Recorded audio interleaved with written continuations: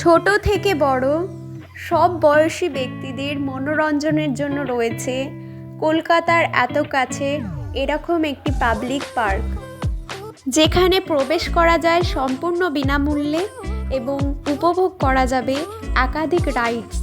চলো তাহলে পরিচয় করিয়ে দিই পশ্চিমবঙ্গের হুগলি জেলায় অবস্থিত এই পার্কটির সাথে।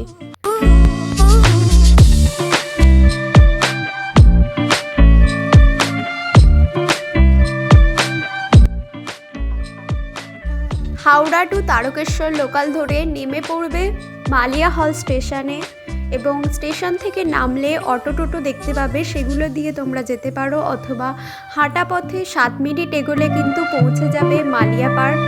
12 নম্বর রোডের একদমই পাশে অবস্থিত এই মালিয়া পার্ক তথা হামড়াগাছি পার্ক কিন্তু আমার দেখা সেরা পার্ক। এই শীতকালে যারা পিকনিক স্পট খুঁজছো অথবা ফ্যামিলি নিয়ে বেরোতে চাইছো কোনো পার্কে, তাহলে অবশ্যই চলে আসতে পারো এই পার্কে। চলো পার্কের ভিতরে কি কি আছে সেগুলো শেয়ার করে দিচ্ছি তোমাদের সাথে।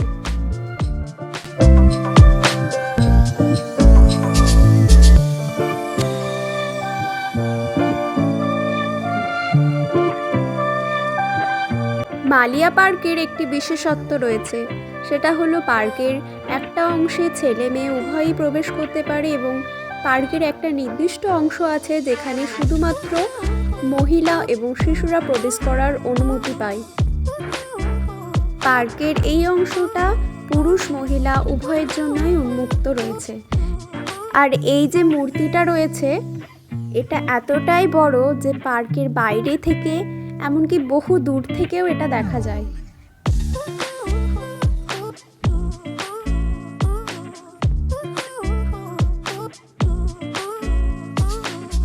আর এই জায়গাতে কিন্তু তোমরা নিজেদের পছন্দ মতো ছবি তুলে নিতে পারো, কারণ এখানে রয়েছেন একজন ক্যামেরাম্যান।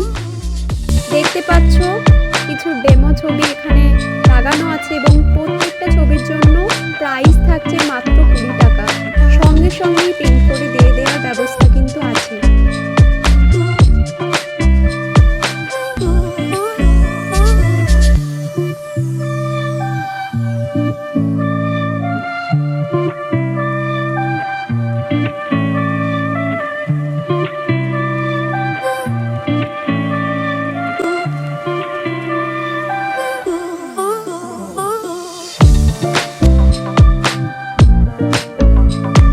দোলনা থেকে শুরু করে আরও বেশ কিছু রাইডস রয়েছে পার্কের এই অংশটিতে।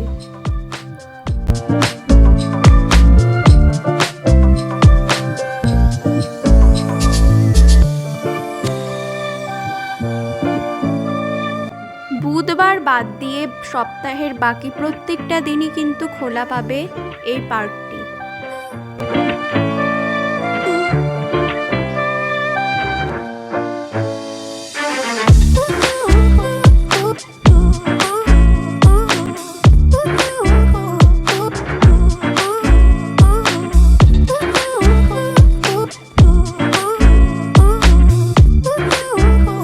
বাংলোর মতো এই বাড়িগুলোর সামনে এই ফুলের বাগান কিন্তু ভীষণই আকর্ষণীয়।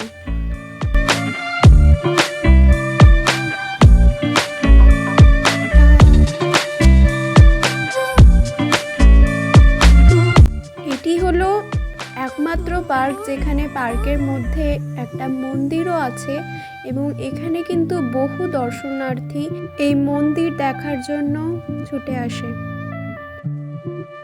এই মডেলগুলি প্রদর্শন করে শ্রাবণ মাসের চিত্রটা, কারণ শ্রাবণ মাসে বহু জলযাত্রী এই মালিয়া পার্কে কখনো বিশ্রাম নিয়ে রওনা দেয় তারকেশ্বর মন্দিরের উদ্দেশ্যে।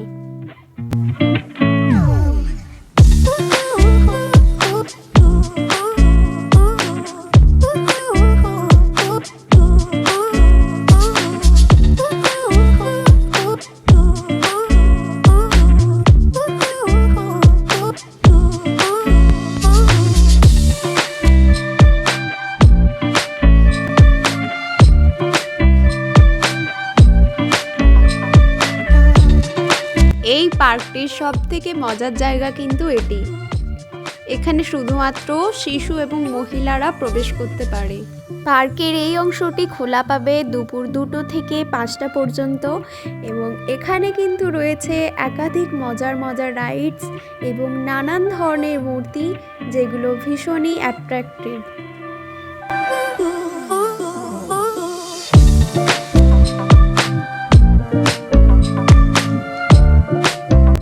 কোন কোন ফ্রি রাইডসগুলো এখানে রয়েছে চলো দেখিয়ে দিই।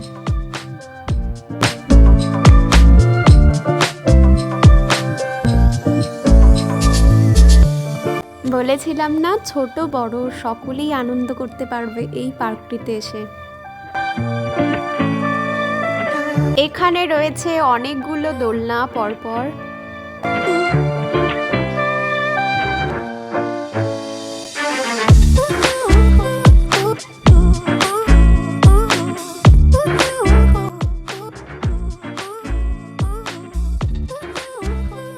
এগুলো চাপার জন্য কিন্তু দ্বিতীয় কোনো আর ব্যক্তির প্রয়োজন পড়ে না।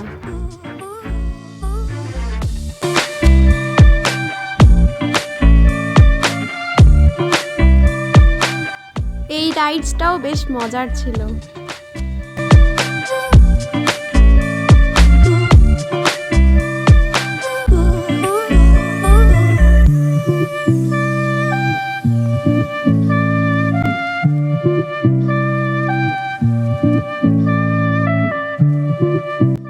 একদম ছোট বাচ্চাদের জন্য এটা একদমই উপযুক্ত, কারণ এখানে ধরে বসার মতো জায়গা রয়েছে।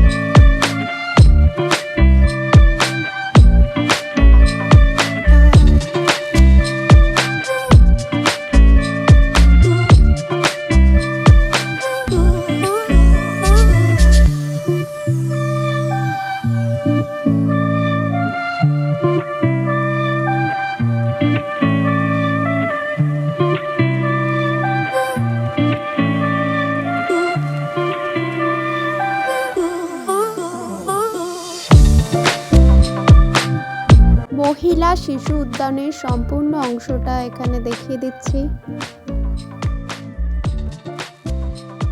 এই পার্কটিতে কিন্তু বছরের প্রত্যেকটা সময় কিন্তু মানুষদের আনাগোনা থেকেই থাকে।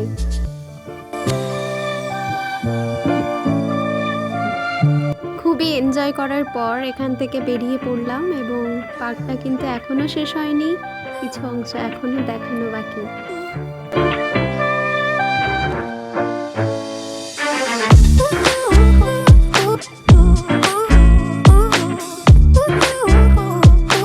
শিশু উদ্যান থেকে একদম বেরিয়েই কিন্তু রয়েছে বাচ্চাদের জন্য খুবই মজার একটা রাইডস।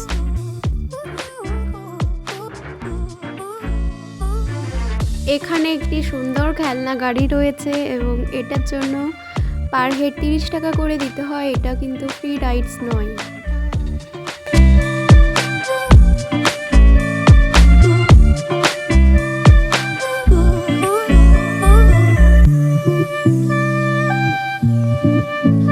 মহান ব্যক্তিদের মূর্তি কিছু এখানে স্থাপন করা হয়েছে।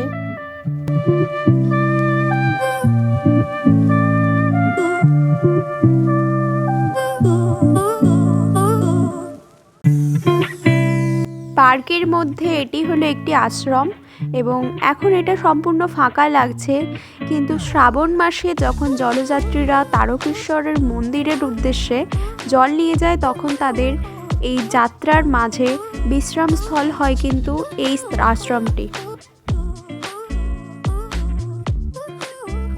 বাচ্চাদের উপভোগ করার জন্য বেশ কিছু মজার জিনিস এখানে রয়েছে এবং এগুলোর জন্য কিন্তু আলাদা করে টিকিট কাটতে হবে।